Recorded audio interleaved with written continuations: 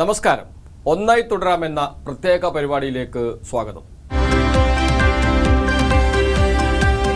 എക്കാലത്തും എന്തെങ്കിലും ആനുകൂല്യം പറ്റി ഇങ്ങനെ ജീവിക്കേണ്ട ജനതയാണ് തങ്ങൾ എന്നുള്ള ആ ബോധം മാറി സ്വന്തം കാലിൽ നിന്നുകൊണ്ട് മുന്നേറാനുള്ള അവസരമാണ് അവർക്കുണ്ടാക്കി കൊടുക്കാൻ വേണ്ടി ഗവൺമെൻറ് പരിശ്രമിക്കുന്നത്. മുൻ മന്ത്രിയും ലോകസഭാംഗവുമായ കെ രാധാകൃഷ്ണൻ്റെ വാക്കുകളാണ്. ഓലമേഞ്ഞ ഒറ്റമുറി വീട്ടിൽ നിന്നും സെക്രട്ടേറിയറ്റിലെ മന്ത്രിയുടെ ഓഫീസിലെത്തിയ ജീവിതത്തിന് ഉടമ. അരികുപറ്റിയ ജീവിതങ്ങൾ അവരെ മുഖ്യധാരയിലേക്ക് എങ്ങനെ കൊണ്ടുവരണമെന്ന LDFിൻ്റെ നയം നടപ്പാക്കിയ മുൻ മന്ത്രി. അദ്ദേഹത്തിൻ്റെ കാലം LDFിൻ്റെ കാലമാണ്. UDFിൻ്റെ കാലമോ? ഭയങ്കര കാറ്റും മഴയും വന്നാൽ സീറ്റെല്ലാം കാറ്റ് പറപ്പിച്ചുകൊണ്ട് പോകും. പിന്നെ രണ്ടാമത് നമ്മൾ പൈസ കൊടുത്ത് സീറ്റ് വാങ്ങണം. ഒരു മാറ്റവുമില്ല, എല്ലാം പതിവ് പോലെ തന്നെ. പിന്നണിയിൽ നിൽക്കുന്ന ഒരു ജനതയെ പൂർണ്ണമായും മറന്ന UDF സർക്കാർ. സ്വാഭാവികമായും സമരം ഉയർന്നു വരും. അതുതന്നെ സംഭവിച്ചു.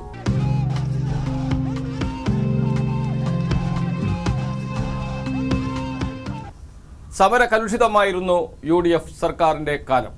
ജീവൻ വെടിഞ്ഞും ഒരു തുണ്ട് ഭൂമിക്ക് വേണ്ടി സമരം ചെയ്ത കാലം. ആ ദൃശ്യങ്ങൾ നമ്മെ ഓർമ്മപ്പെടുത്തും ആ ഇരുണ്ട കാലത്തെ കുറിച്ച്.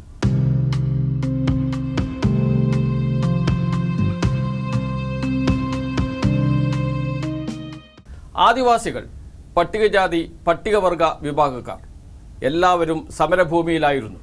ഒരു തുണ്ട് ഭൂമിക്ക് വേണ്ടി. അതിൽ ഏറ്റവും പ്രധാനം ചെങ്ങറ സമരമായിരുന്നു. ആ സമരത്തിൻ്റെ ദൃശ്യങ്ങളിലേക്ക്. ഇവിടെ വന്നു കഴിഞ്ഞപ്പോൾ ഒരു ലക്ഷ്യബോധമില്ല, ഒരു കുടിൽ വെക്കാനൊരു സൗകര്യമില്ല, എങ്ങോട്ടൊരു അന്തി തല പാർക്കും എന്നുള്ളതിൻ്റെ ഒരു ലക്ഷ്യബോധമില്ല, കുടിവെള്ളവും ഇല്ല, വഴിയില്ല, വീടുമില്ല, ഒന്നുമില്ല. ഭൂസമരങ്ങളെ അടിച്ചമർത്താൻ ഒരു ഒറ്റമൂലിയുണ്ട് UDF സർക്കാരിന്. മാവോയിസ്റ്റുകളെന്ന് മുദ്രകുത്തുക, നക്സലൈറ്റുകൾ എന്ന് പറഞ്ഞ് സമരത്തെ അടിച്ചമർത്തുക. ഞങ്ങൾ 3 കുടുംബമാണ് ഒരു വീട്ടിൽ താമസിക്കുന്നത്. പിന്നെ അമ്മ വയസ്സാതാണ്, അച്ഛനില്ല, ആങ്ങളമാരില്ല, ഭൂമിയില്ല. ഞങ്ങൾക്ക് ഭൂമി കിട്ടണോ, ഞങ്ങൾ അതുവരെ സമരം ചെയ്യും. പോലീസല്ല പട്ടാളം വന്നാലും സമരം ചെയ്യും. ചെങ്ങറയിൽ, അരിപ്പയിൽ, അട്ടപ്പാടിയിൽ, കണ്ണൂർ ജില്ലയിലെ ആറളം ഫാമിൽ എങ്ങും സമരമായിരുന്നു ആ കാലത്ത്. സർക്കാർ അനങ്ങിയില്ല. സമരക്കാരുമായി ഒരു ചർച്ചയ്ക്ക് പോലും തയ്യാറാകാത്ത ദിനങ്ങൾ. പ്രതിഷേധം അതുകൊണ്ട് തന്നെ ശക്തമായി ഉയർന്നു വന്നു. ഭൂസമരങ്ങളോട് എല്ലാ കാലത്തും മുഖം തിരിച്ചു നിൽക്കുന്നതാണ് UDF നിലപാട്. ചെങ്ങറയിൽ, അട്ടപ്പാടിയിൽ, അരിപ്പയിൽ എല്ലാം നമ്മളത് കണ്ടതാണ്. എന്നാൽ ഭൂസമരത്തെ ചോരയിൽ മുക്കിക്കൊല്ലാൻ ശ്രമിച്ച ഒരു സംഭവമേ കേരളത്തിലുള്ളൂ. അത് UDF സർക്കാരിൻ്റെ കാലത്താണ്. അതും കോൺഗ്രസിൻ്റെ മുതിർന്ന നേതാവ് AK ആന്റണി മുഖ്യമന്ത്രിയായിരുന്ന കാലത്ത്. മുത്തങ്ങ വെടിവെപ്പ് കേരള ചരിത്രത്തിലെ ഇരുണ്ട അധ്യായങ്ങളിലൊന്ന്.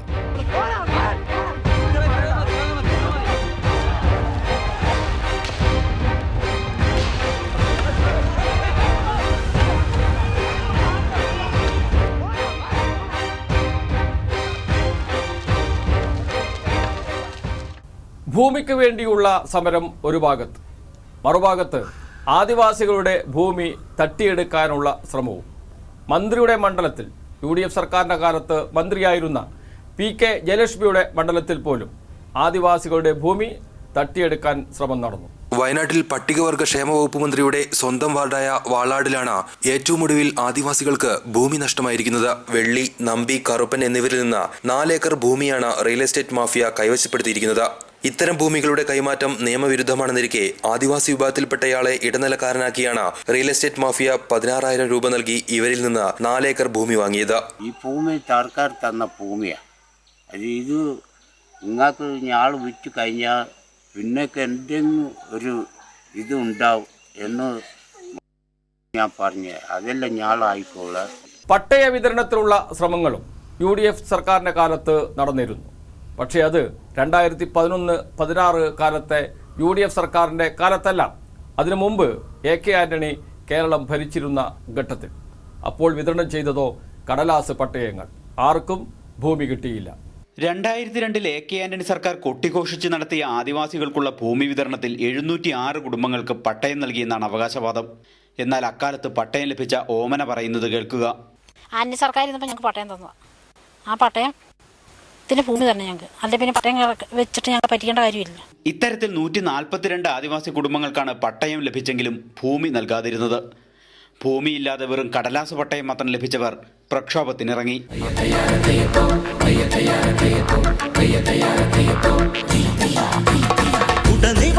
നമ്മൾ മണിതുയർത്തി മണ്ണിൽ തനിമയുടെ പുതിയൊരിടം കേരനിരതൻ ക്ഷേമമരുളും തെളിവായി ദിനവും വളരും കേരളം, പ്രിയ കേരളം.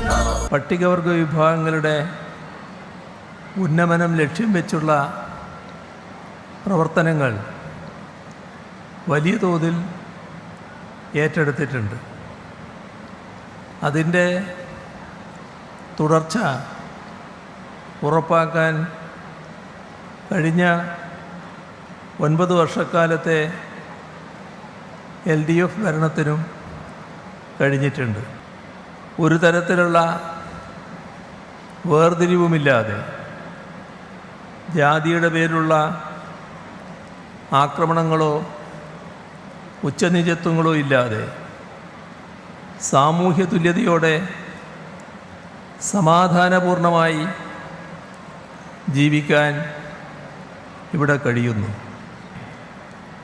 വിദ്യാവാഹിനി പദ്ധതിയിലൂടെ വിദൂര ഊരുകളിലെ കുട്ടികളെയും വാഹനത്തിൽ സ്കൂളുകളിലേക്ക് എത്തിക്കുന്നു. ഇതൊക്കെയാണ് യഥാർത്ഥ കേരള സ്റ്റോറി എന്നത് നമ്മുടെ നാടും രാജ്യവും മനസ്സിലാക്കുന്നുണ്ട്. ഇതാണ് യഥാർത്ഥ കേരള സ്റ്റോറി. മുഖ്യമന്ത്രി പിണറായി വിജയന്റെ വാക്കുകളാണ്. ഈ വാക്കുകൾ അക്ഷരാർത്ഥത്തിൽ നടപ്പിലാക്കിയ സർക്കാരാണ് കഴിഞ്ഞ 10 വർഷം കേരളം ഭരിച്ചത്. കേരളത്തിലെവിടെയും ഒരു തുണ്ട് ഭൂമിക്ക് വേണ്ടി ആദിവാസികൾക്ക് സമരം ചെയ്യേണ്ടി വന്നില്ല കഴിഞ്ഞ 10 വർഷം. എല്ലാവരും വന്ന് തരാമെന്ന് പറഞ്ഞാൽ ആരും തന്നില്ല. അവർ തന്നാണ് നമുക്കിത് ഇങ്ങനെ പോകുന്നത്.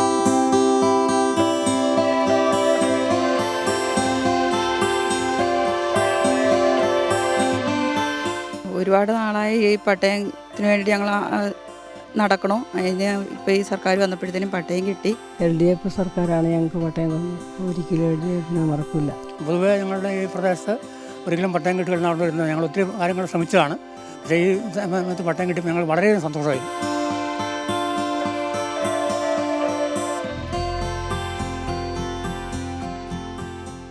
ഇരുപത് സെൻറ്റ് പുരയിടവും 10 സെൻറ്റ് കൃഷി സ്ഥലവും ഉൾപ്പെടെ 30 സെൻറ്റ് വീതം പട്ടികവർഗ വിഭാഗത്തിൽപ്പെട്ട എല്ലാവർക്കും വിതരണം ചെയ്യാം എന്ന പൊതുധാരണയിൽ എത്തിച്ചേർന്നു. അരിപ്പ ഭൂമിയിലെ പട്ടികവർഗക്കാർ ഉൾപ്പെടെയുള്ള സമരക്കാർക്ക് 2026 പുതുപുലരിയിൽ സ്വന്തം ഭൂമിയുടെ അവകാശികളാക്കി മാറ്റാൻ കഴിയുന്ന വിധത്തിൽ അരിപ്പ സമരം വളരെ ഭദ്രമായി അവസാനിപ്പിക്കാൻ കഴിഞ്ഞു.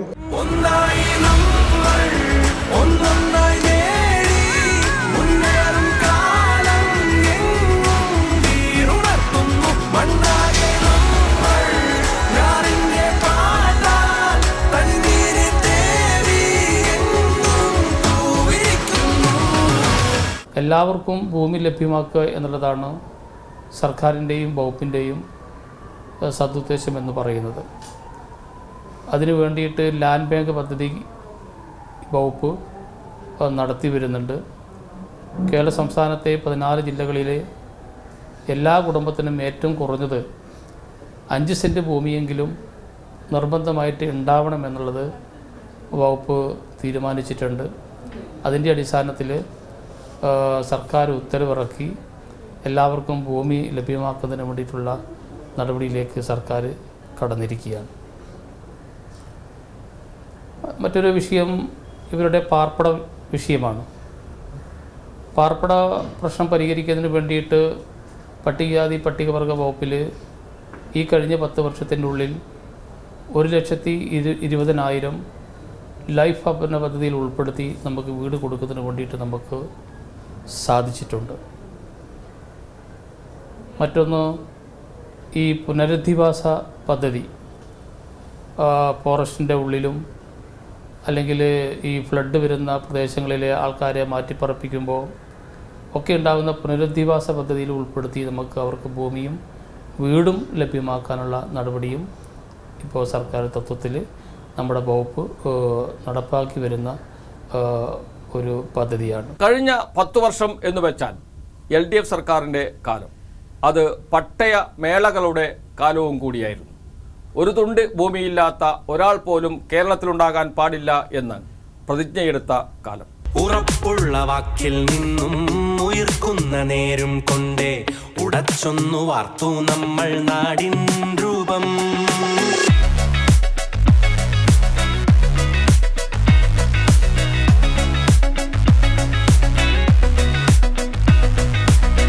പിഴയ്ക്കാത്ത ചോടും വച്ച് നമ്മുടെ കേരളം വ്യത്യസ്തമാണ് എന്നുള്ളത് ഞാൻ പറയാതെ നിങ്ങൾക്കെല്ലാം അറിയാം. എല്ലാ രംഗത്തും നമ്മൾ മാറ്റത്തിന് വേണ്ടിയുള്ള വലിയ പോരാട്ടം നടത്തുകയും ആ പോരാട്ടത്തിൻ്റെ ഫലമായിക്കൊണ്ട് തന്നെ എല്ലാവർക്കും മനുഷ്യനായി ജീവിക്കാനുള്ള ഒരു അന്തരീക്ഷം നമ്മുടെ കേരളത്തിൽ ഉണ്ടാവുകയും ചെയ്തു.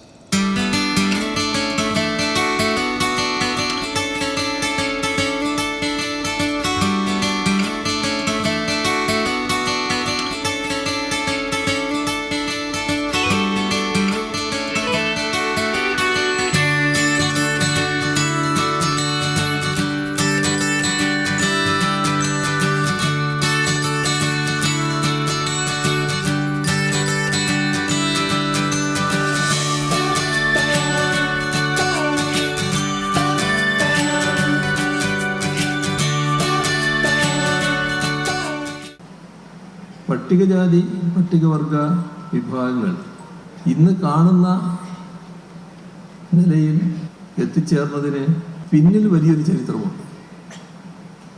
നവോത്ഥാന പ്രസ്ഥാനങ്ങളുടെ പൊതുവായ ചരിത്രം പരിശോധിച്ചാൽ കേരളം ഒഴികെ മറ്റൊരിടത്ത് നോക്കിയാൽ അതിന് വേണ്ടത്ര തുടർച്ചയുണ്ടായില്ല. അതുകൊണ്ട് കേരളത്തിൽ കാണുന്ന തരത്തിലുള്ള സാമൂഹ്യ രംഗത്തെ പരിഷ്കരണം മറ്റ് സംസ്ഥാനങ്ങളിൽ വലിയ തോതിൽ നവോത്ഥാന പ്രസ്ഥാനം ശക്തി പ്രാപിച്ചിരുന്ന സംസ്ഥാനങ്ങളിൽ ഉണ്ടായില്ല എന്ന് കാണാൻ നമുക്ക് കഴിയും. ഇതിന് ശരിയായ തുടർച്ചയുണ്ടായി. 20 വർഷങ്ങൾക്ക് മുൻപാണ് തിരുവനന്തപുരം ജില്ലയിലെ ചെറ്റച്ചലിൽ ഭൂമിക്ക് വേണ്ടി ആദിവാസികൾ കുടിൽകെട്ടി സമരം ആരംഭിച്ചത്.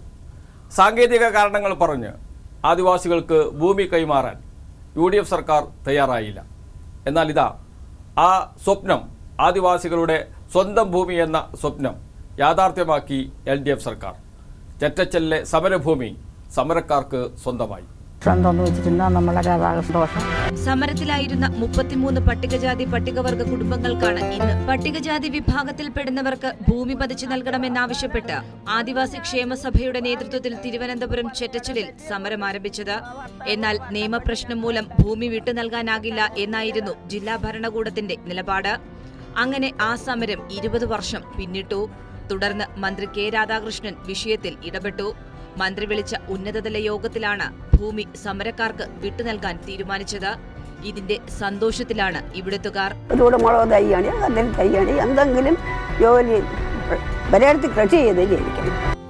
ആദിവാസി വിഭാഗത്തിലെ ജനങ്ങളുടെ ഒരു ആയുസ്സിന്റെ സ്വപ്നമാണ് പട്ടയം, സ്വന്തം കിടപ്പാട്. ഒരു നാൾ ഈ നാടിന്റെ അവകാശികൾ, ആട്ടിയോടിക്കപ്പെട്ട ജനത. ആ ജനതയുടെ സ്വപ്നങ്ങൾക്ക് ചിറക് നൽകിയത് കഴിഞ്ഞ 10 വർഷത്തെ LDF സർക്കാർ. UDF സർക്കാർ എപ്പോൾ അധികാരത്തിൽ വന്നാലും തെരുവിലിറങ്ങേണ്ടി വരുന്ന ആ ജനത കഴിഞ്ഞ 10 വർഷം സ്വസ്ഥമായി കഴിഞ്ഞു. ഉറപ്പുള്ള വാക്കിൽ നിന്നും ഉയർക്കുന്ന നേരും കൊണ്ടേ ഉടച്ചൊന്നു വാർത്തു നമ്മൾ നാടിൻ രൂപം.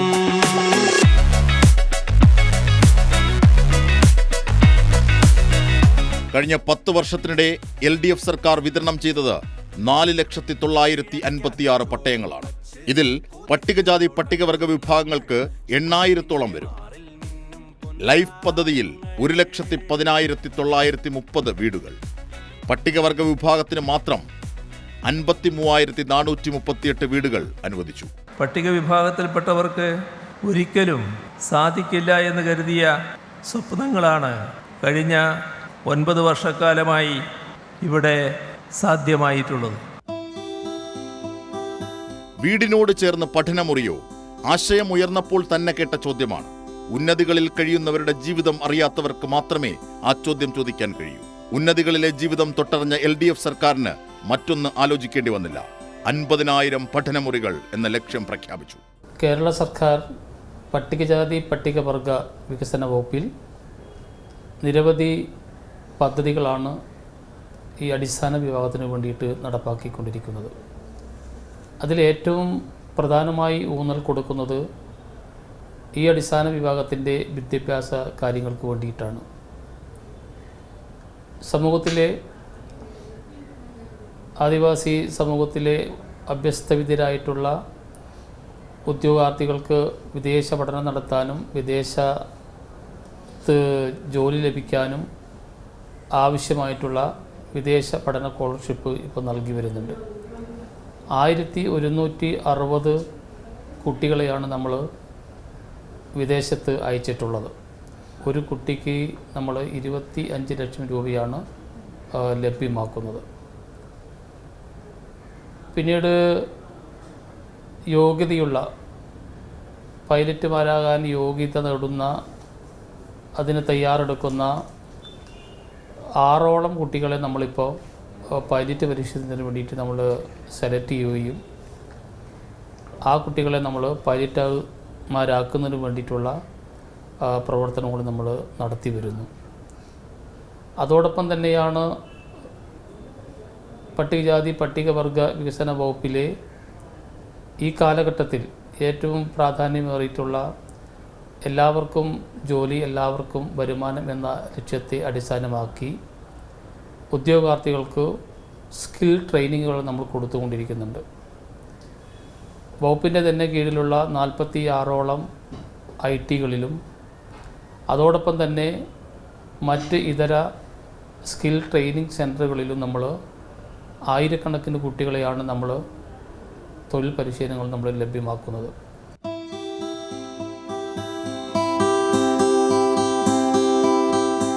ജീവിതം ഉന്നതികളിൽ തിളച്ചിട്ടവർക്ക് പുതിയ ആകാശമാണ് LDF സർക്കാർ തുറന്നിട്ടത്. അവരുടെ സ്വപ്നങ്ങൾക്ക് ചിറക് വിരിച്ചപ്പോൾ അക്ഷരാർത്ഥത്തിൽ അവർ ആകാശത്തോളം പറന്നു. വിങ്സ് എന്ന പ്രത്യേക പദ്ധതിയിലൂടെ ഞാൻ ചെയ്ത കോഴ്സ് തന്നെ കംപ്ലീറ്റ്ലി ഫിനാൻസ് ചെയ്തത് ഗവൺമെൻറ് ആയിരുന്നു. സോ ഈവൻ എനിക്കതിൽ ഫിനാൻഷ്യലി എനിക്ക് ആ ഒരു പ്രോബ്ലം ഉണ്ടായിരുന്നില്ല. ഇനി ഇൻ്റർവ്യൂ ഉണ്ടായിരുന്നു, എക്സാം ഉണ്ടായിരുന്നു. അത് കഴിഞ്ഞിട്ട് ഫീസിൻ്റെ കാര്യം വന്നപ്പോൾ പഠിക്കാൻ പറ്റാത്തൊരവസ്ഥ, വീട്ടിൽ അത്രയ്ക്ക് സാഹചര്യമൊന്നുമില്ല ഫീസിൻ്റെ. അങ്ങനെ സർക്കാരിന് പോയി കണ്ടപ്പോഴത്തേക്കും എല്ലാ സഹായവും ചെയ്തുതരാമെന്ന് പറഞ്ഞ് ഇപ്പോൾ കോഴ്സിന് കയറി പഠിച്ച് ഇപ്പോൾ ഫസ്റ്റ് ലൈസൻസ് കിട്ടി SPLൻ്റെ.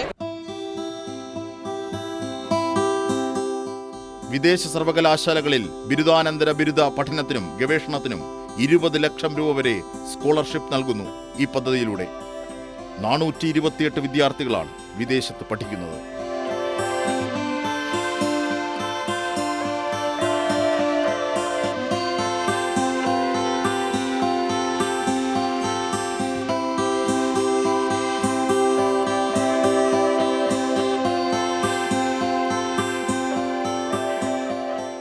മറ്റൊരു വിഷയമാണ് നമ്മുടെ കുട്ടികളുടെ ഗ്രാൻറ്റ്. ഇപ്പോൾ ഗ്രാൻറ്റുകൾ സംബന്ധിച്ച് നമ്മൾ ഗവൺമെൻറ്റും വകുപ്പും പരിശോധിക്കുമ്പോൾ ഈ കഴിഞ്ഞ 10 വർഷത്തിൻ്റെ ഉള്ളിൽ 2026 ജനുവരി 30 വരെ ഉള്ള കാലയളവിൽ എല്ലാ തരത്തിലുള്ള ഗ്രാൻറ്റും ഈ ഗവൺമെൻറ്റിന് കുട്ടികൾക്ക് കൊടുക്കുന്നതിന് വേണ്ടിയിട്ട് നമുക്ക് സാധിച്ചിട്ടുണ്ട്. അത് ലംസ ഗ്രാൻറ്റ്, സ്റ്റൈപ്പൻഡ് തൊട്ട് മറ്റിതര വിവിധ കോഴ്സുകൾക്ക് പഠിക്കുന്ന സ്കോളർഷിപ്പ്, IAS-ന് പഠിക്കുന്ന കുട്ടികൾ, IRS-ന് പഠിക്കുന്ന കുട്ടികൾ, IPS-ന് പഠിക്കുന്ന കുട്ടികൾ, നേഴ്സിങ്ങിന് പഠിക്കുന്ന കുട്ടികൾ, MBBS-ന് പഠിക്കുന്ന കുട്ടികൾക്ക്, ഇങ്ങനെ തുടങ്ങിയിട്ടുള്ള എല്ലാ കുട്ടികൾക്കും വകുപ്പ് ഗ്രാൻറ്റുകൾ കൊടുത്തുകൊണ്ട് നമ്മൾ 100 കണക്കിന് കുട്ടികളെ നമ്മളിപ്പോൾ നിലവിൽ പഠിപ്പിച്ചുകൊണ്ടിരിക്കുന്നുണ്ട്. ഈ തരത്തിൽ പട്ടികജാതി പട്ടികവർഗ വകുപ്പിലെ കുട്ടികൾക്ക് ഏതറ്റം വരെ പഠിക്കാൻ വേണ്ടി സാധിക്കും, അവിടം വരെ പഠിപ്പിക്കുന്നതിന് വേണ്ടിയിട്ടുള്ള എല്ലാ തരത്തിലുമുള്ള ഗ്രാൻറ്റും ആനുകൂല്യവും നമ്മുടെ ഗവൺമെൻറ്റും നമ്മുടെ വകുപ്പും ഇപ്പോൾ നിലവിൽ നടപ്പാക്കിക്കൊണ്ടിരിക്കുന്ന പദ്ധതി ആണെന്ന് കൂടി ഈ അവസരത്തിൽ ഞാനിവിടെ സൂചിപ്പിക്കുകയാണ്.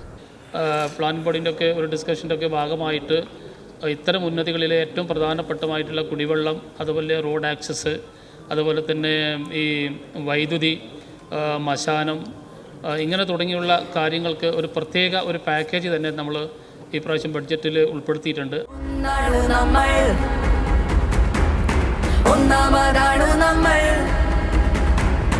ഇത് കേരളം, നവകേരളം.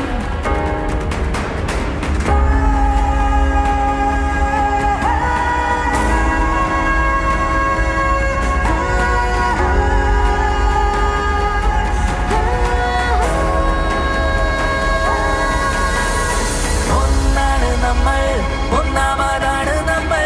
ഇത് കേരളം, നവകേരളം. ഇവിടൊന്നാണ് നമ്മൾ, ഒന്നാമതാണ് നമ്മൾ. ഇവിടൊന്നാണ് നമ്മൾ, ഒന്നാണ് നമ്മൾ. വരൂ വരൂ വരൂ ലോകമേ, ഇത് മലയാളത്തിൻ സംഗമം. പുതുലോകത്തിൻ കാലമായി, ഇനി പുതിയൊരു നാടിൻ നേരമായി. ഒന്നാണു നമ്മൾ, ഒന്നാമതാണു നമ്മൾ. ഇത് കേരളം, നവകേരളം. ഇവിടൊന്നാണ് നമ്മൾ, ഒന്നാമതാണു നമ്മൾ. ഇവിടൊന്നാണ് നമ്മൾ, ഒന്നാണു നമ്മൾ. ഭൂമിക്ക് വേണ്ടി, ഭക്ഷണത്തിന് വേണ്ടി, വീടിന് വേണ്ടി, എന്തിനേറെ പറയുന്നു കുട്ടികളുടെ വിദ്യാഭ്യാസത്തിന് വേണ്ടി സമരം ചെയ്യേണ്ട കാലമുണ്ടായിരുന്നു. തെരുവിലിറങ്ങേണ്ട കാലമുണ്ടായിരുന്നു കേരളത്തിലെ പട്ടികജാതി പട്ടികവർഗ വിഭാഗത്തിൽപ്പെട്ട ജനങ്ങൾക്ക്. ഒന്ന് തിരിഞ്ഞു നോക്കൂ, കഴിഞ്ഞ 10 വർഷം എവിടെയെങ്കിലും ആദിവാസികൾക്ക് സമരം ചെയ്യേണ്ടി വന്നു? ഭൂമിക്ക് വേണ്ടി, ഭക്ഷണത്തിന് വേണ്ടി, വിദ്യാർത്ഥികളുടെ വിദ്യാഭ്യാസത്തിന് വേണ്ടി. അതാണ് LDF കാലം. അത് മാറണമോ എന്ന ചോദ്യമാണ് ഇവിടെ ഉയരുന്നത്. ഒരു സംശയവും വേണ്ട, ഇടതുമുന്നണി സർക്കാർ തുടരുക തന്നെ ചെയ്യും.